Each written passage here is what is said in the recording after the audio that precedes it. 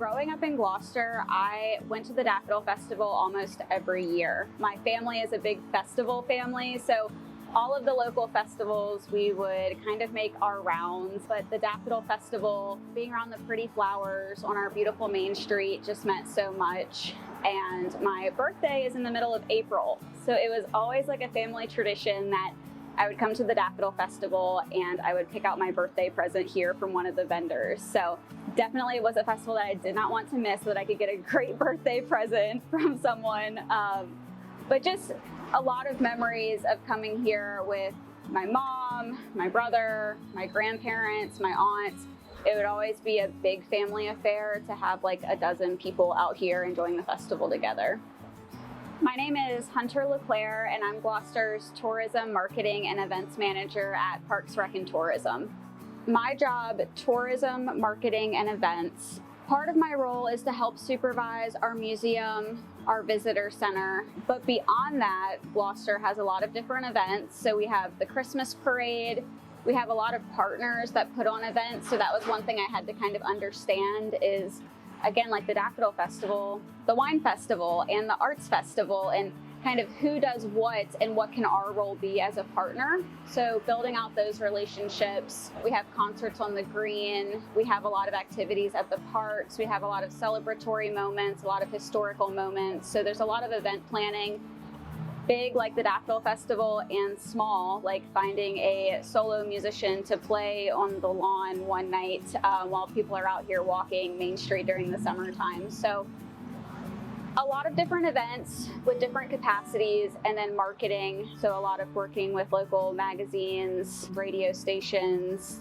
television shows, commercials, Google search engines, things like that to make sure that not only are our citizens able to enjoy all that Gloucester has to offer, but expanding that so that people nationally know that we are a great place to travel, that there's a lot of things to see and do here in Gloucester, and it's a great place to bring a family for vacation.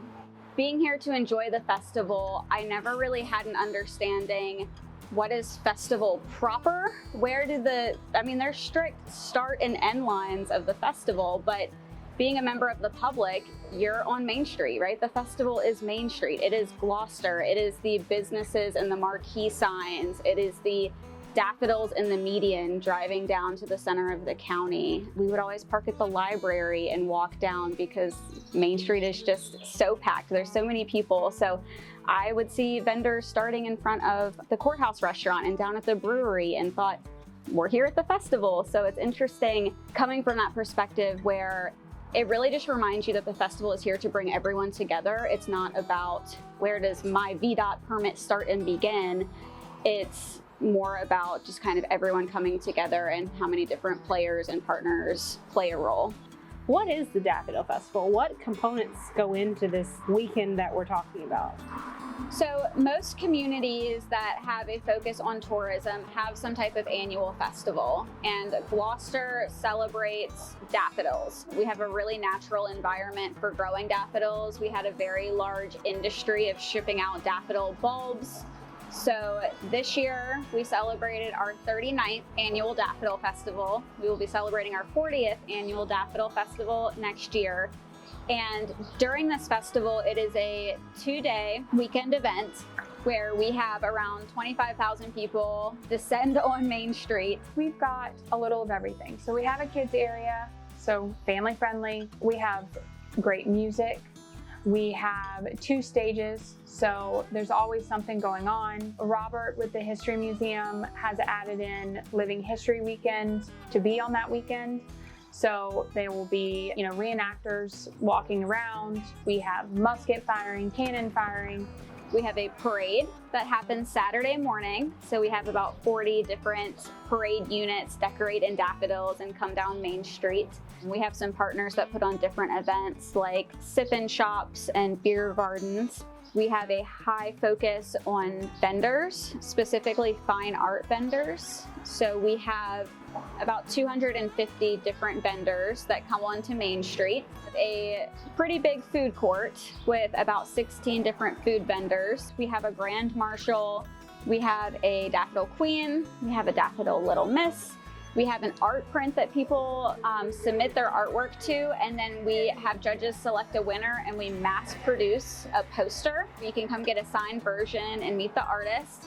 And a mutt show. Big dogs, little dogs, doing cool tricks. We have like a look-alike contest at the mutt show between the dogs and their owners. Oh, and the daffodil show. We have a American Daffodil Society sanctioned daffodil show, and it's one of the biggest in the nation. So we have a huge committee of really dedicated folks putting in hours and hours of work so people grow daffodils.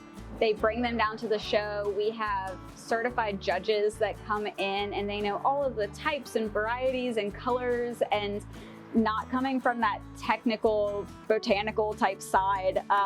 When I go into the daffodil show, it's one of my favorite parts of the festival because everyone has this image of a daffodil in their mind, and there are so many sizes and varieties and colors. I equate it to like people, right? Like everyone knows what their neighbors look like, but when you really dig deep, everyone is so different and diverse, and they have different interests and, you know, different things that they prioritize in their life. And so when I go to the daffodil show and you just see how many different varieties there are available, I feel like it's, I don't know, it's kind of humbling about like you're just one in many, and look at all of the beauty that there is when everyone comes together. I just feel like this festival is different.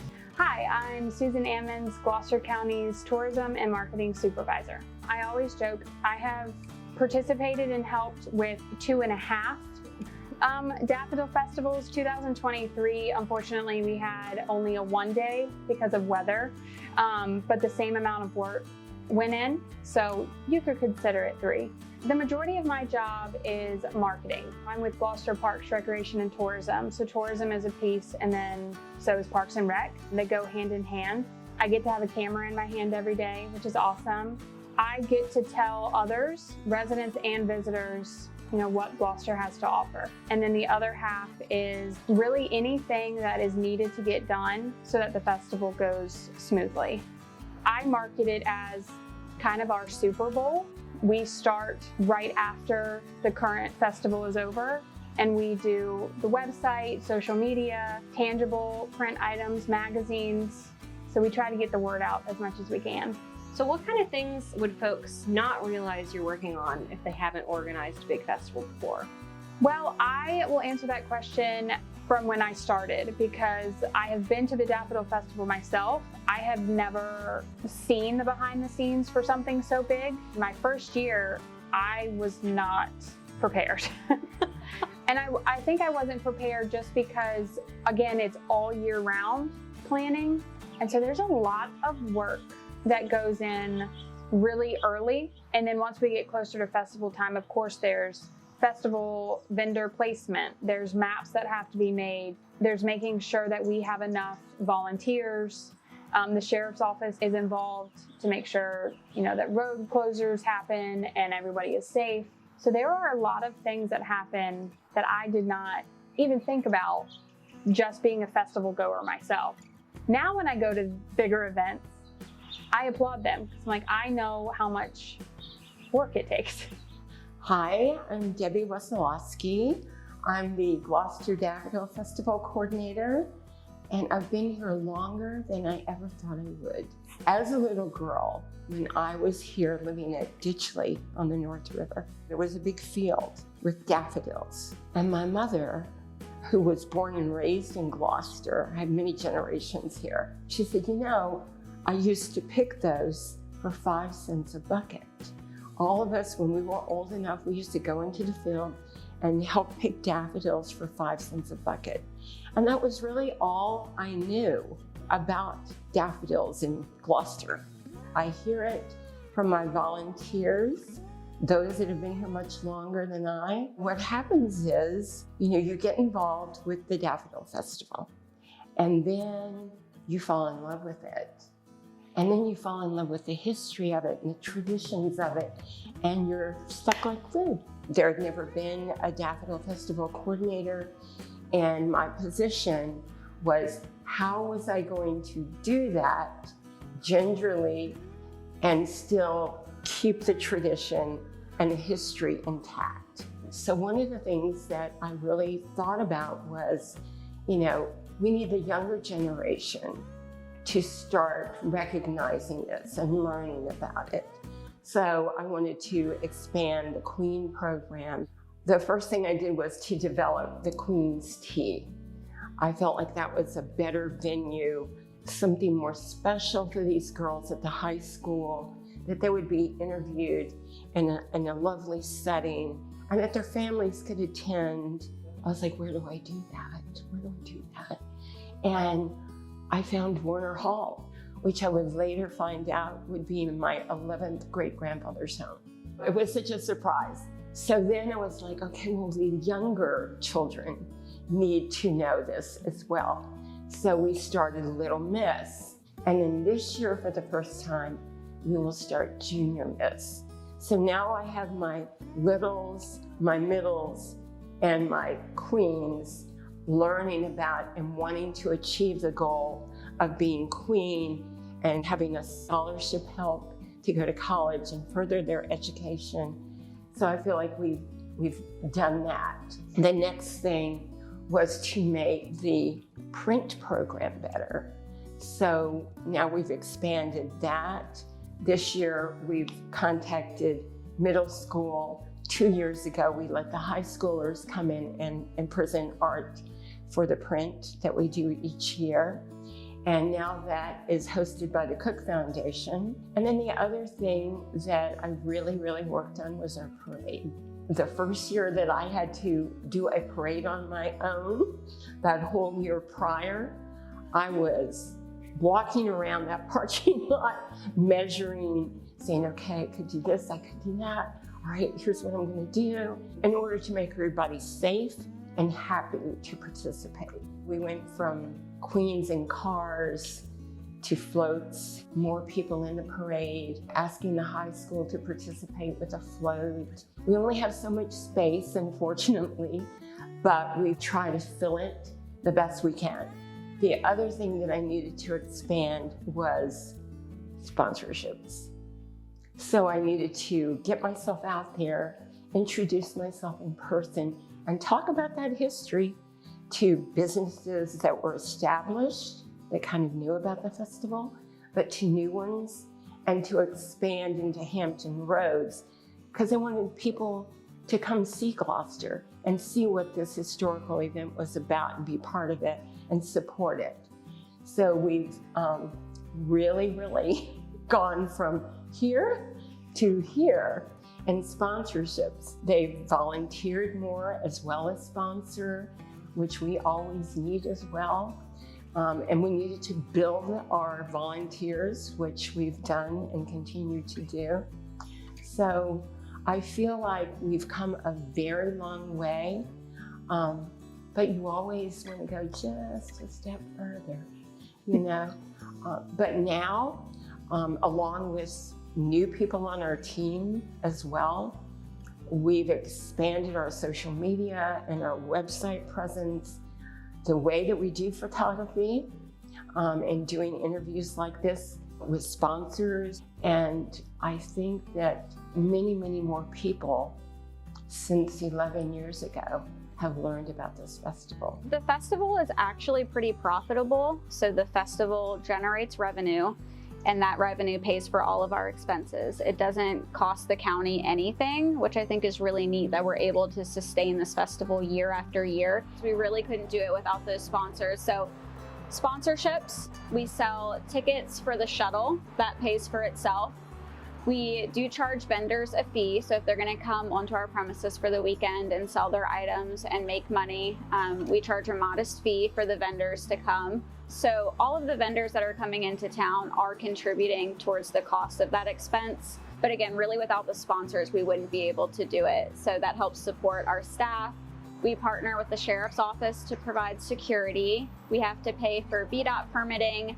We have to pay for a lot of different equipment, like our stage. Porta potties are a very high expense. So just things that I don't think people realize we have purchased and brought on site just to make the festival a little bit more convenient that day. There's a lot of behind the scenes website costs and things associated with that, and then staff time. I'm on site during the whole festival to kind of make sure that things are running smoothly and try to address emergencies, but I have a lot of other staff who are working just as many hours at the festival as I am. So I have a staff member, Debbie. She's doing a lot of coordination all leading up to the festival. She does a lot of work with the parade and the sponsors and our entertainment. I have Susan. She's heavy in marketing, photography, a lot of logistics work. My direct supervisor, Matt, he's on site handling a lot of security issues, vendor assignments. He's working a lot with our partners about where are people going throughout the festival. The museum is open, so we have Robert and Sydney. They have a ton of partners come to do live history demonstrations. We had a mobile museum come this year, so they have a lot going on here at the museum. That's just a really great gathering space and a core component of the festival. And then I have Amy at the visitor center, and she has a ton of volunteers who have to come. I mean, it takes a lot of work to put on. They have their regular retail shop, and then we have all of our merchandise that they help to support too. So we do annual t-shirts and hoodies, and they're having a ton of sales with a huge line of people and still providing great customer service. So my core staff is about 5 or 6 people, and they are here all weekend too. So this past festival, it was like April 4th through 6th, something like that, right? Mm-hmm. I swear on April 10th, you brought me stuff for the next Daffodil Festival to show me the logo that you were considering. Yes. So prep for the following year starts during the festival that we're going through. And I say that because our grounds crew, our staff, our volunteers are all making mental notes about what's going well, what we need to change. They're taking pictures if there's an issue with something, and we are making all of these notes. That way the week after, we all can get together, go over it so that we have a plan. I, from a marketing standpoint, am already thinking about the next festival, and the logo and the theme have other people involved. We have another group that decides on the theme and kind of what direction they want to go in, and then they bring it to me. I'll create some mock-ups and then send it. I am very thankful that this year, Hunter and myself, we did get to weigh in on the 40th theme, which is anchored in tradition, which we felt was very fitting. I love that we got it out early this year. We will have t-shirts again. We have, if you came last year, we had Wild Bills who had custom mugs. So it'll be on a lot of things. So right after the festival, we begin doing a recap of everything that happened. We start thinking about the date for the following year. There's a lot that goes into that because of different holidays. So you have spring break, you have Easter. So we obviously don't want our event to conflict with things that other people have going on that may prevent or limit participation from our neighbors. So picking that date, you always hope for good weather, and March and April timeframe is a little dicey. We also battle occasionally the daffodil blooming season. The daffodil show is a really big part of the Daffodil Festival. So we work with them on the different timelines that the American Daffodil Society puts out. There are so many different varieties of daffodils, and some are early blooming, some are late blooming. So Gloucester has a prolific blooming season, 6-8 weeks, sometimes more. But occasionally, if there's really heavy rain, or it's really cold, or it's really hot, the daffodils might not look the same. So when you're walking down Main Street, you might see some areas that maybe don't have as much color. Then you might see other areas that have been in the shade that are in full bloom. So it is really difficult to try to pick an appropriate time. Obviously, weather could be an issue, so we're picking the date and crossing our fingers for the next year that date works well. Didn't we get snow this March? There was snow in March, and then this April, beautiful weather, way warmer than a lot of people expected. I was reapplying sunscreen, so there's a lot that goes into picking the date. After the theme work is decided, then we have to start thinking about intensive and high cost equipment rentals. So we go through items like submitting our VDOT permit, securing our main stage, our porta potties, having the sheriff's office on notice, the fire department, the schools, all of these partners have to come together. And so we have to work through that, which often involves a lot of contract work. We also take a lot of feedback from vendors and the public. So there's a long process of assessing what worked well this year and what we might need to change. And then reviewing that feedback does have serious implications on how we move forward with selecting vendors and planning the layout of the festival. Typically during the summertime, it's not as intensive, but it really ramps up again in the fall. So come August, September is when we need to make sure that all of those contracts are in place. We start looking at the applications for vendors. We release applications for food, for vendors. We're trying to secure entertainment, our bands, our kids' activities, releasing applications for our queen and our scholarships and our parade. And so a lot of different components of just how do people want to be involved, how can we get them engaged, and how can we make sure that this is a community event that everyone's proud of.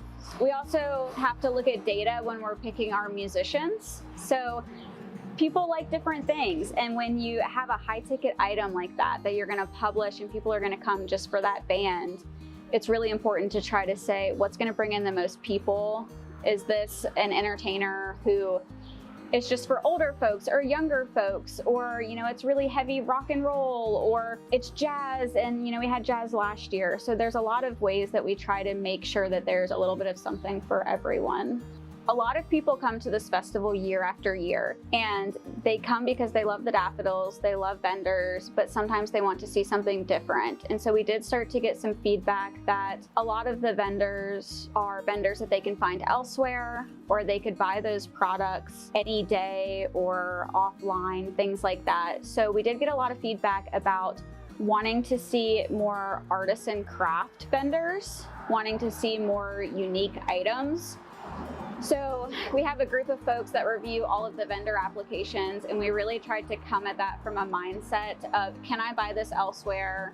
Is this vendor at a reoccurring weekly market that people can see once a month already? And so to really try to bring in new talent, we try to be respectful of that. What's the most difficult part of the festival planning for you? I think for us, and I'm saying us because there's more than just me doing it, but we have, over 500 people apply or want to be a vendor. And I think the hardest part is, one, having to tell somebody no. We only have room for a certain amount. And again, we want the festival to offer something different each year. And of course, we want family or community favorites to come back, but we also want to be able to give people who have never been here a chance. We don't like sending out rejection letters. That's not fun, but it has to be done. And it balances itself out. We send out rejection letters. A lot of people understand and they're okay. But then we get those that we've never had before, and we get to say, hey, you're accepted. And they are so excited. And they are tagging us in all of their prep work. They are doing half of our marketing for us, which we love. And so that's a very hard part, but it's also rewarding when you get to see a new vendor that's never gotten the opportunity. Every time we would select a vendor, we would measure different criteria. And so we tried to make sure that we were bringing in new items. So specifically vendors who are coming from out of the county or out of the state, while also making it a festival for our community to celebrate. So making sure that we were at about 50% on where these vendors were coming from, right? So this year we had a lot more local vendors from Gloucester County participate, which I was super proud of because they were still bringing amazing items. So having a good blend there was really important. And even vendor selections, that happens until the week of. Oftentimes we select a lot of vendors, and then for whatever reason, because we're planning so far in advance, a lot can happen from November to March or April. And so occasionally we have vendors who withdraw from the festival, a lot of medical issues or graduations or whatever, but we're managing all of that communication and trying to keep good customer service so that they apply again next year. Once you get through who we've accepted into the festival, then it's where do they go? And let me tell you, that is a challenge. A lot of our vendors have been doing the festival for a long time, and they say, I want a corner booth, I want a hard top, I want to be in the grass, I want to have high visibility, and there is no best space. There's something for everyone here. So mapping all of that out can be really tricky. And occasionally we have to make some tough calls. That's another kind of funny thing is living here in Gloucester, I always saw these lines painted on the sidewalk, and I always assumed like it was public utilities or some type of VDOT work. No, it's the festival. It's temporary paint, but it's not that temporary. So we are the ones that are out the week before painting the sides and putting down the flags. So 300 different flags is kind of a lot to paint and make sure that they all fit together. So there have to be physical markers for where people are physically going to go. Yes.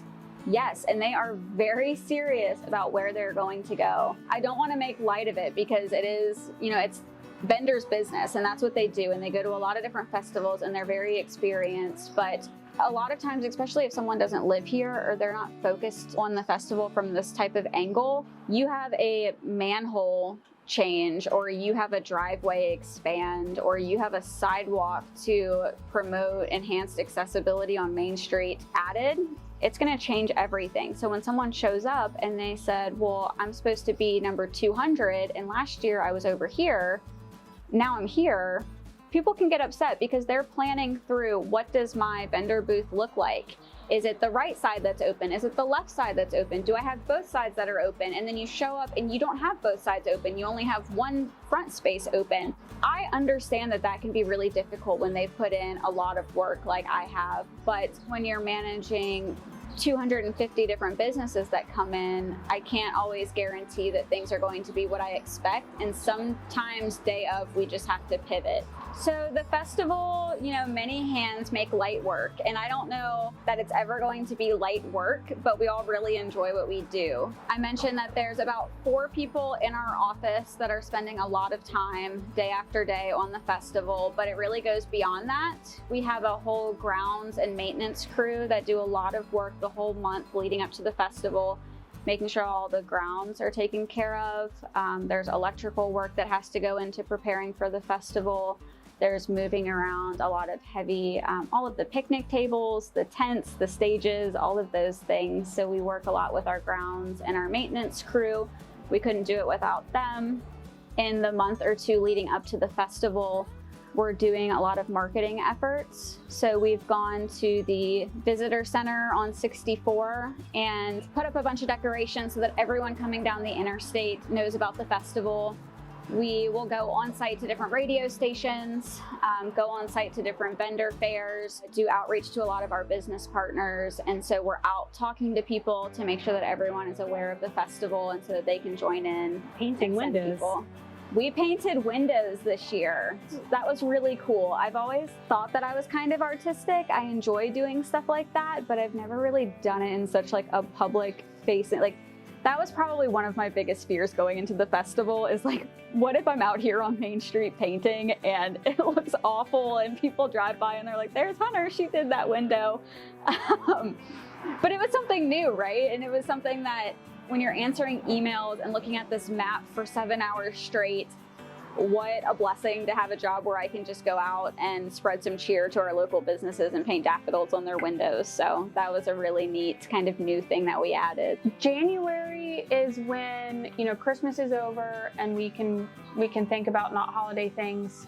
From January until festival time, we're on festival time. We have to transfer all that information into different public facing, our website, our printed maps. We've done some more digital work to have more accessible mobile programming so that people can navigate the festival while they're out here on Main Street. So doing a lot of that work, making sure that all of our volunteers and our staff assignments are in place. I would guess we probably have around 100 different volunteers at least working the festival at all times. And so they're working through shifts, which means a lot of different meetings to make sure that everyone is on the same page, touching base weekly, answering a lot of questions. How many calls and emails would you say you get? It feels like thousands. So I feel like thousands is a good answer because we not only get phone calls to us, Parks and Rec gets phone calls. We open a chat box on our website before the festival starts so that we can, be online when we're in the office and we can answer questions right then. So we have those. We have emails. We have Facebook. Visit Gloucester's, social media platforms also get messages. So I'm going to say thousands. We have a lot of vendors asking. A lot of our vendors are brand new, and some of them have never been to Gloucester before. So it's lodging questions. It's, if I bring my stuff, is there somewhere I can eat? So we're pushing out our local restaurants. How much is a shuttle? Where can I get a shuttle? Is there handicap parking? Can I bring my dog? It's little questions like that, which we do not mind answering them. From a marketing standpoint, I like receiving those questions because if there's an influx of the same one, we can put that out to where everybody knows, because obviously that question is missing somewhere and we want to have those answered. Thankfully, Chris, who is our office admin, picks up a lot of those phone calls and fields them to where they need to go. So it's not too bad. Also, Hunter and I aren't in the office a whole lot during that month. So we'll get Teams messages. If they need us, they will find us.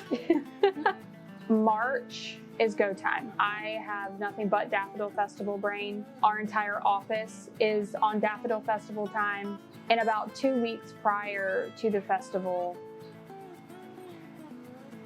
I don't even know how to explain that. You start living there? We start living at the office, and we're just trying to tie up loose ends and to make sure that we are prepared for everyone coming in Friday night. Vendors start coming in Friday. So the week before, we are double checking vendor packets. We are making sure that our staff is ready to roll. We're confirming with our volunteers to make sure that they're straight, making sure that our shuttles are ready to go and we have enough. Our grounds crew puts up stages. When things get delivered, they're down here making sure. That happens all week long. We're doing a lot of on-site work. So we're putting up the A-frames and the flags and the signage, and we come out and we paint main streets and put down flags so vendors know where they're going. It's a lot of physical work going into the weekend before. And so that week is prep week. And then once Friday at 4 hits, it's kind of, we're on autopilot and we just do our thing. I've always attended the festival. I've always known that there's a place to use the bathroom if you want to. But driving around and helping them find where to put the porta potties, I would never have thought that. Porta potties are very important. And when we drive out on Friday and we don't have them all, that is a problem. And we go searching for them. It's things like that that I feel like our staff are always on top of. We're in communication. We have group messages going all throughout the week. And I always stress, for that week, everybody has a role that they may not have signed up for, and that's okay. I'm tourism and I'm marketing, but if I need to go find a porta potty, I will go find a porta potty. So our Friday starts, and by that time, if it hasn't been done, it's okay.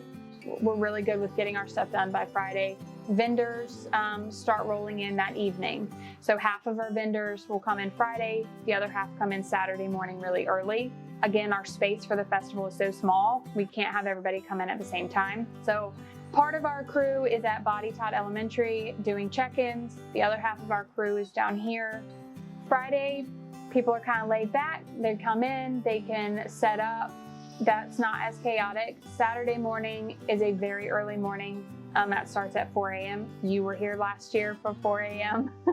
So it's nice and quiet out here, and then the rest of the vendors start rolling in. And then once festival time starts, it's go time. We have to make sure all vehicles are out, make sure no vehicles are trying to come through. The sheriff's office does a great job assisting with that, so does our CERT team.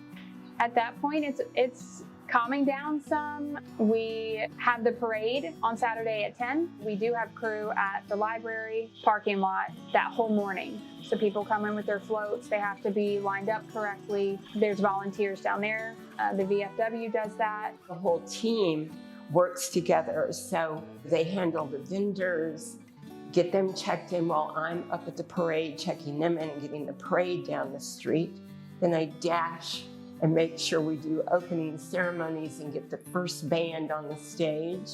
It truly takes every person here to do this festival. Behind the scenes, it's ordering toilets. It's not an elegant thing, but it's a needed thing. And all of the guys who are toting things everywhere and delivering tents and doing our setup. A lot of people don't understand what goes on behind the curtain of any event, but especially a festival. It is a day and a half and welcomes approximately 25,000 guests. So the parade goes, and then we have some time to just hang out, take pictures. Amy with the visitor center and her volunteers and her staff make sure the t-shirts are ready to roll to be sold that day. And then Saturday hits, 5 o'clock we're done. We do go around and have to clean. That's one of those things that everybody has to do it. So you will see Parks and Rec staff with buckets and pickers picking up trash. And then we go home and sleep if we can. You're not too keyed up from everything that's already been happening. It's really hard to sleep after the first night, or before, or sometimes after. Just nerves? Nerves, did I forget something? Is tomorrow gonna go as smooth as today? Why did today go so smooth? We're not used to that. I think the most difficult part of the event for me is I have a very strict routine. I enjoy coming into work at a certain time, leaving, going to the gym, being in bed by 9 o'clock, and your routine just kind of gets thrown out the window. It's all hands on deck, whatever needs to get done, whenever it needs to get done. Being here until 9, and then you still have to eat dinner, take a shower, do all of like the life things, right? Like I haven't seen my dog all day. Yeah, pet the dog.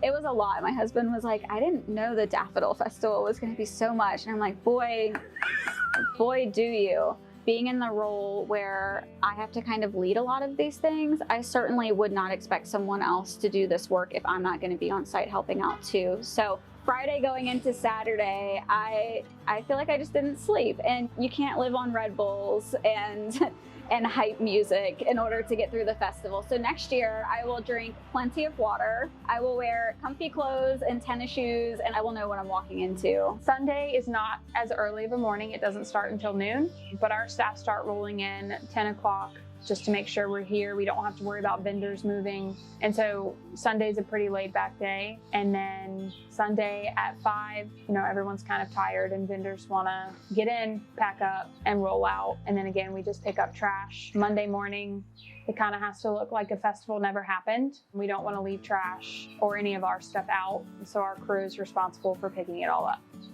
Then you have your coma like Monday afternoon. Yes, I'd like to say that we all get that day off and we can just kind of hang out at home, but we don't. And it's actually exciting for me because by that time I've taken 1,000 pictures and I want to see them, and we get highlights out. We also have to get out the date for the next year. We want people who came to already mark it on the calendar and do what they need to do to make sure that they're here for the next year. All of that happens Monday and Tuesday. And then we take a break.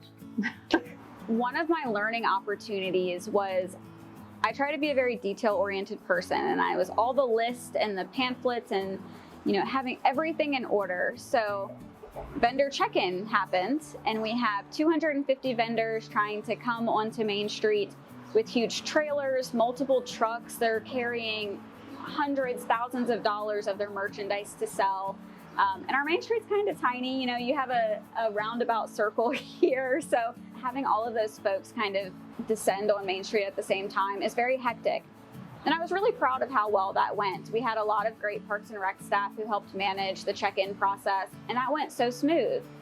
And I had spent so much time thinking about how do people get into Main Street. I never thought how they get out. So how's the festival gonna go? Do we have all the people that we need? How did the vendors get in? And it's a long weekend. It's a high stress environment when you're working, and you're like, that's how you make your money for vendors, and our staff have been there all weekend. So 5 o'clock on Sunday, the festival's over, and that's as far as I had thought. Thankfully, I had some really solid teammates to lean back on who had been doing it a lot longer than I had. So they were able to step in and help me out. But that was kind of my, oh shoot moment, maybe a little bit delusional on if I spend all of this time and energy planning, everything will run smooth. And I think it did run really smooth, but I'm sure every year that I do this, I will learn something new and be able to do it a little bit better next year, because that's what it's all about, is enhancing stuff and making sure that it's a festival that people enjoy. It's overwhelming, but when you have a great team, it makes it okay. I feel like we share the same level of being overwhelmed, especially the week leading up. And so we are all stressed out, but it's okay because we're all the same. And we just work through it. And if somebody needs to take a break, the next person gets tagged in and we get things done. I'm very thankful for our team. When we're talking about the festival, I really want the community and our visitors to understand how many people it takes. We work with the sheriff's office. We have VFW, the treasurer's office, balancing all of these payments. We've got, those that volunteer to sit at our shuttle stops at the high school, and so they're not even here to enjoy the festival. Gloucester High School helps us a lot with our art projects. They help redo some arches for the Gloucester courthouse, so they decorate those with the art students. They also help a lot with our art print. We are going to open up a younger age group for the print contest. That is in partnership with Arts on Main. And so the younger kiddos can get, involved. We work with emergency management. Their CERT team is absolutely critical for that weekend. All of the traffic flow, vendor check-in, just managing the sheer amount of people that come onto Main Street. We couldn't do it without their CERT team. We also work with our GIS team. They took on a huge project to map out, using their really sophisticated software, to make an interactive map of where all the vendors were. So huge shout out to them, because we were going back and forth and changing information daily. So they were a huge help. Men's ministry are here when vendors are coming in, so that when they're unloading, they're the ones doing the heavy lifting, making sure that, we're keeping a schedule, but also that no one hurts themselves trying to get things out. Last year was very hot, and we had a few medical heat exhaustion issues. They were right there. They made sure we knew. We were able to radio for help. And so they are highly involved. We work with a lot of churches to do different aspects because they want to be involved in the festival. So we work with Petsworth, we work with Providence. Riverside sends us a lot of volunteers. They helped with the parade last year, and they've also typically helped us with our merchandise booth to sell our t-shirts. The merchandise booth is very busy, so that's a huge undertaking for them. And then there's a lot of volunteers who really contribute specifically to different components of the festival. I mean, the first one that comes to mind is obviously our county administrator, Ms. Steele. She's been with the county for a really long time and has participated in nearly all of the festivals. And so that's really cool to see someone who's just so passionate about Gloucester contribute in that way. She was the director of Parks, Rec, and Tourism for a long time. And then even through her promotions, she's still involved in the festival. She volunteers actively with the Gloucester Daffodil Show, and so that's really cool that she's still participating. There's a number of other volunteers who've contributed for so long. Miss Mary at the library, she does the Queen program. We have Crystal with the art print, and with our scholarships. So it just takes a lot of people, and I think that's really cool that folks who are volunteering have done so for so long. And we couldn't do it without any of our volunteers. There's also a lot of activities that go on leading up to the festival. We work with Ware Church. We held our Queen's Tea there this year. We also worked with Newington, who hosted our Daffodil show. So a lot of different partners open up their space. They bring their folks together. They provide that human capital just to make the festival work. It's a great deal of work, but so worth it. And I feel like we are this well-oiled machine that once we say go, we go.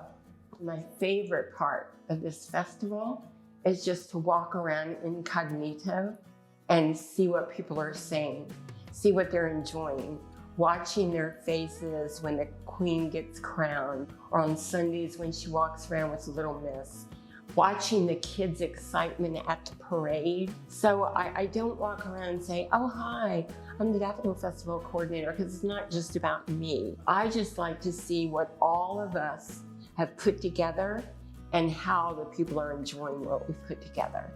My favorite part of the Daffodil Festival is once all the vendors are in, once we can kind of take a breath for a few seconds, I get a chance to not only walk around and capture vendors and people having a good time, but often I get to be able to talk to visitors, and I see two kinds. I see the kind that have been to 40 daffodil festivals already, and they come every year and they wouldn't miss it. And then I also get to talk to families who have never been to Gloucester before, have never heard of our festival until that year, and they've brought aunts and uncles and grandkids and everyone with them. And so that's my favorite part, is that I get to share what we have and what we're used to with people who have never seen it before. We have QR codes throughout the festival to where families can share all the things they did. And when I get back and I can see, you know, the big funnel cake smiles and the cotton candy and just the fun that everybody had, I mean, all the hard work, it's a piece of cake when that's your reward. I'm honored that I get to do it. Parks and Rec hosts the Daffodil Festival because we have a lot of staff capacity. So our organizational structure has a lot of the equipment, the manpower, and the expertise to make something like that happen. But I think the whole big why for the festival is really twofold. It's community focused and it's tourism focused. So for our community, we have a few different opportunities to really showcase Gloucester and come together and celebrate. You know, winter's closing, we're experiencing this beautiful spring. Daffodils are such a key part of Gloucester's history, and so having a staple annual event that brings the community together is really critical. The second part is kind of on a grander scale, that communities thrive when there's enhanced tourism. So when people come from out of town and they visit Gloucester, they're shopping here, they're spending money at our restaurants, and they're staying in our hotels, and all of that is generating revenue through taxes that gives back to Gloucester as a whole and supports all of our operations that our citizens see and need daily. And tourism only works if there's something really big, really exciting, really meaningful that people want to come see.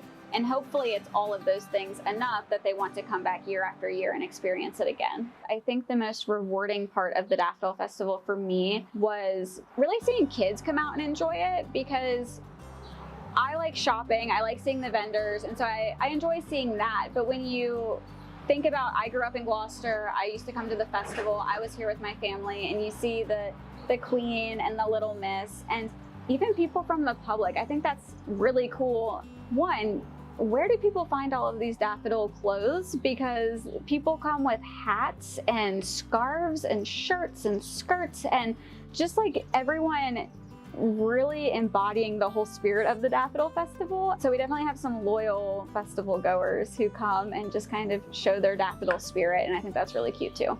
There are families out there who this was the best weekend of the year, and they're never going to be able to tell you that, but it's true for them, you know? Isn't that wild? Yeah, and my thought is maybe one day I'll be working at Parks and Rec 20 years from now, and someone will join fresh out of college and say, oh, I've always gone to the Daffodil Festival, and maybe something will tickle the back of my memory and say, you know, I can just picture this cute little kid out enjoying the festival and kind of coming full circle. There's a lot of different ways that people can get involved in the Daffodil Festival. I would highly recommend people who are involved in different nonprofits or businesses to consider sponsoring or submitting your business or your church or organization for a vendor booth.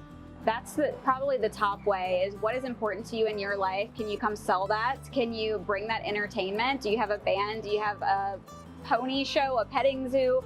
You can always send those ideas to us, because we do like to source local talent. Let us know if you have something that you want to bring. We'd be happy to kind of pinpoint the dates for you to be aware when the applications open. Beyond the festival, we do have a lot of other events. So we display all of our art prints at the library. All of the feedback on that is really important. And then just sharing on social media and being involved in that online community really helps us get good feedback that's really organic, and so that we can make the festival what our neighbors want to see. For a visitor, I feel like their experience can be coming to the Daffodil Festival, but there's also a ton more to do while they're here. My job is to not only market a festival, but also to let them know that when you come for the weekend, there's a ton more things that you can do that also celebrate daffodils as well. That's another thing that I love so much, is someone comes for the Daffodil Festival, but they're coming to our vendor booths, and so they're seeing, oh, oh, Main Street is so cute. I would love to come back and see the shops. Or, oh, I went by Machi Comico's booth and I learned about their state park. This would be such a great vacation to come back in July. And so people come here, they learn a little bit, they get a little taste, and then they come back and experience it again. This year we'll be celebrating our 40th. So to be able to say that we've had a Daffodil Festival 40 times is big. And I think that the Daffodil Festival is unique in the sense that there's something for everyone. It is extremely family friendly. It is our biggest event. The festival is never going to be perfect in our eyes. We're always going to want things to be different, change it up a little bit. That way, when people come to visit, it's not the same festival every single year. There's always something new and exciting to do.